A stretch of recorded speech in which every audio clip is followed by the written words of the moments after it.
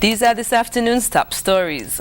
Pelican Bay St. Kitts to contribute to economy, thousands inaugurate new government, and Anthrax accidentally sent to US and South Korea. Good afternoon and welcome to ZIZ Mid newscast. Today is Thursday, 28th May 2015. I'm Carla Berridge. In national developments, the Pelican Bay Hotel, to be located on the southeast peninsula, is expected to make significant contributions to the local economy, both in its construction phase and after it is opened. Director of Pelican Bay, Charles Ross, says the hotel will be a great addition to St. Kitts' tourism industry. We're particularly happy to be bringing Embassy Suites by Hilton to St. Kitts. The Pelican Bay Hotel is going to be known as the Embassy Suites St. Kitts, and as we know, that's one of Hilton's main brands, and we think it'll be a tremendous addition to the Kittitian infrastructure in terms of the tourism industry, and it'll bring lots of jobs, foreign exchange and tax revenue to St. Kitts. So we really look forward to a year and a half from now when the hotel will be open. Construction will be done, and there will be another jewel in the crown of the St. Kitts tourism. Minister of Tourism, Honorable Lindsay Grant, expressed delight that locals are employed at the hotel.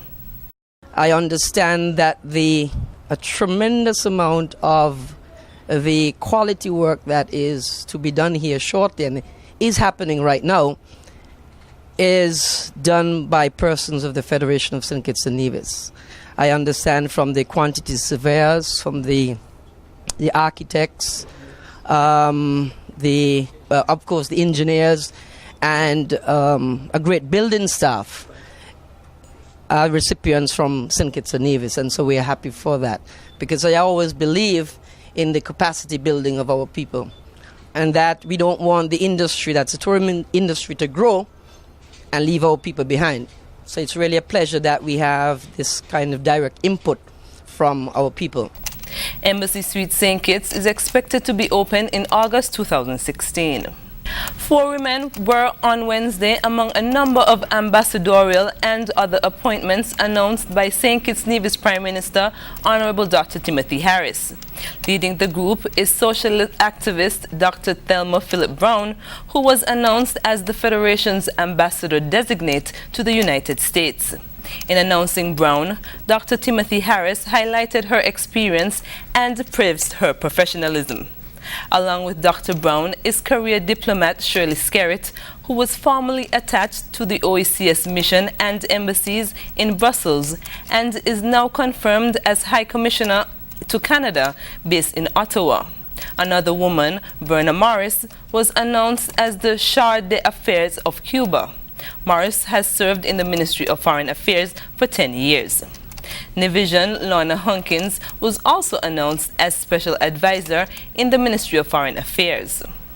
Meantime, members of the People's Action Movement are today thrilled as candidates Jonelle Powell and Vernon Connor were on Wednesday named special advisors in the government. The unsuccessful Team Unity candidates were both announced as special advisors in various ministries which come under the portfolio of Deputy Prime Minister, People's Action Movement leader, Honorable Sean K. Richards. Powell, who is PAM's co-deputy leader, was announced as special advisor in the Ministry of Sports and Culture, while Connor was announced as special advisor in the Ministry of Youth. A look at news on the regional scene. At the National Stadium at Providence in Guyana, thousands showed up for the continuation of the independence celebrations and what was billed as people's inauguration of President David Granger and his government. From all across the country, Guyanese showed up at the Guyana National Stadium for the spectacle they were promised for the ceremonial inauguration of President David Granger. While they were there for the show, they were mostly there for this man.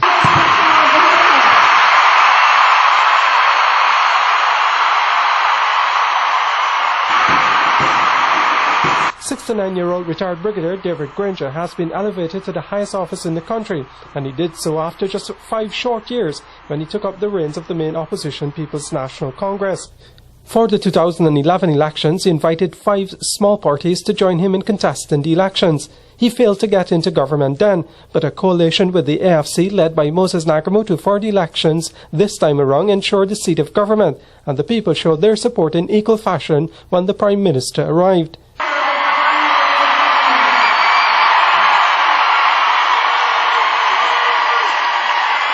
The inauguration of David Granger's government was attended by many dignitaries, among them the Prime Minister of Barbados, former Foreign Minister and Commonwealth Secretary General Sir Sridhar Ramphal, and this man, singing legend Eddie Grant. There were many performances at the event that sought to reflect the way of life of Guyanese and their cultural backgrounds.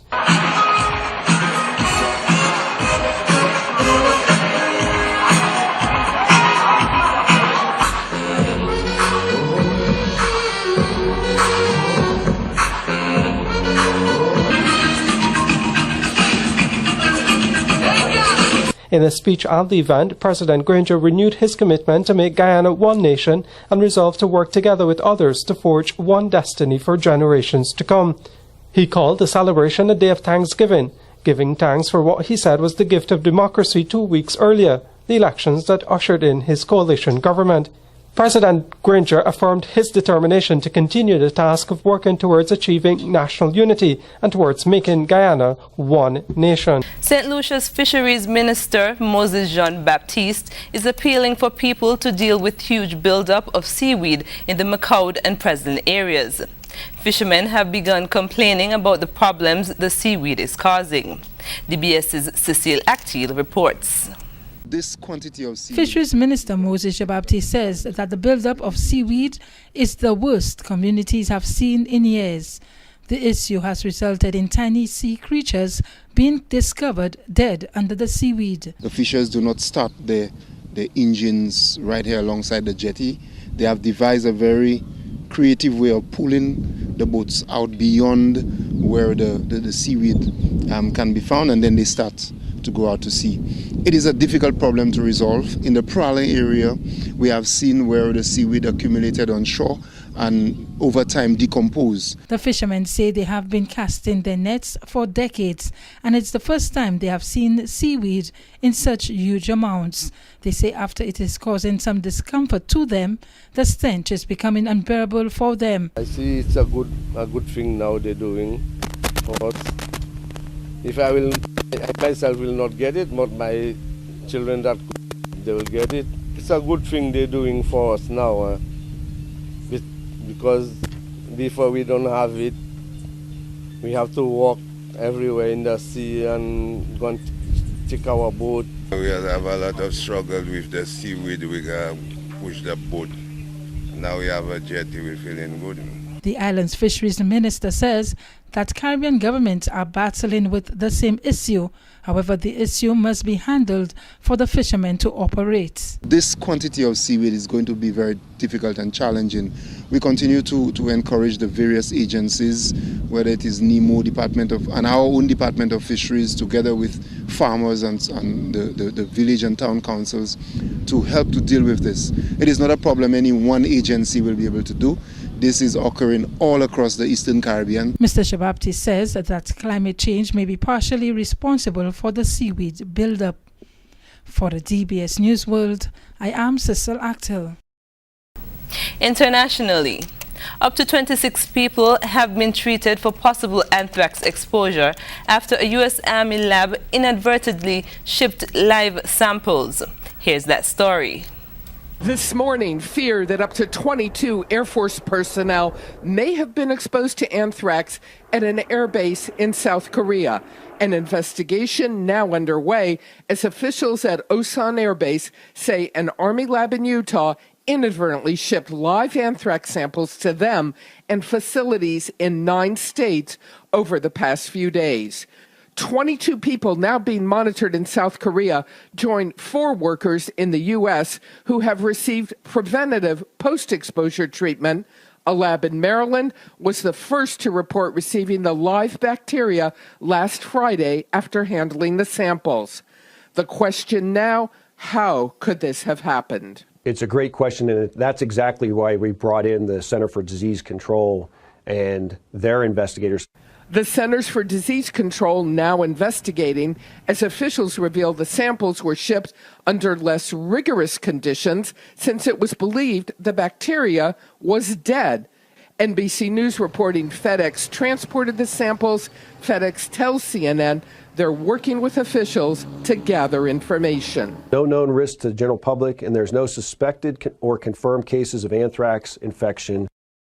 The investigation into alleged corruption at FIFA is sparking diplomatic row.